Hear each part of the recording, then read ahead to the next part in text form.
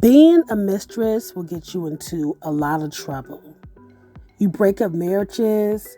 Usually he doesn't leave his wife, and you definitely won't be the priority.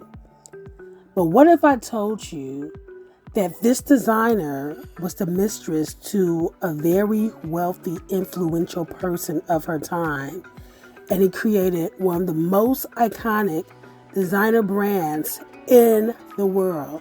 Talking about Gabrielle, Coco, Chanel.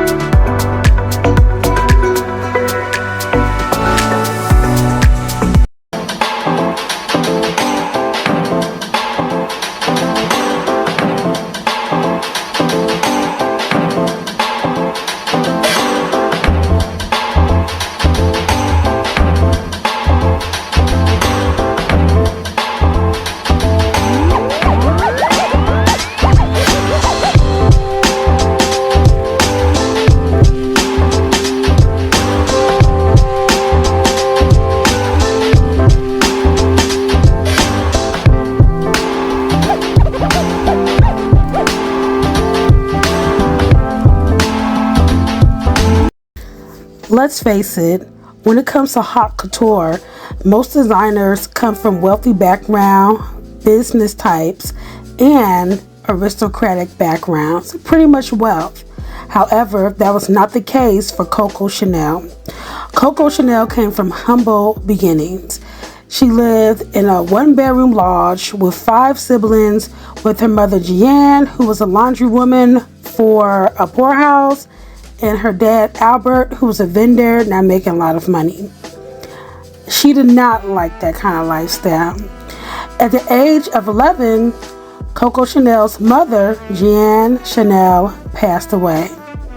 And you would think the father would take care of all his kids. Well, the father sent his 2 sons to boarding school and his 3 daughters to Aubusy, an orphanage.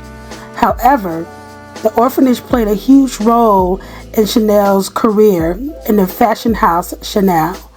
Because you know what? It taught her how to sew, and Chanel became a seamstress. Chanel did not start by making clothes. She started by making hats. And she made sure that she was involved with wealthy lovers and admirers, because she was not willing to go back to the poorhouse. She did not want to live in a one-bedroom house. She wanted that luxury lifestyle. And when she dated admirers with wealth, she had access to wealth. And because she had access to wealth, she had access to power and to starting her own business. Let's talk about some of the creations that Coco Chanel created. Let's start off with the yachting pants. Now, if it wasn't for Coco Chanel, it's a possibility that many women will still be wearing skirts and dresses only today. But thank God that Coco Chanel came up with the yachting pants. She was a pioneer woman of her time.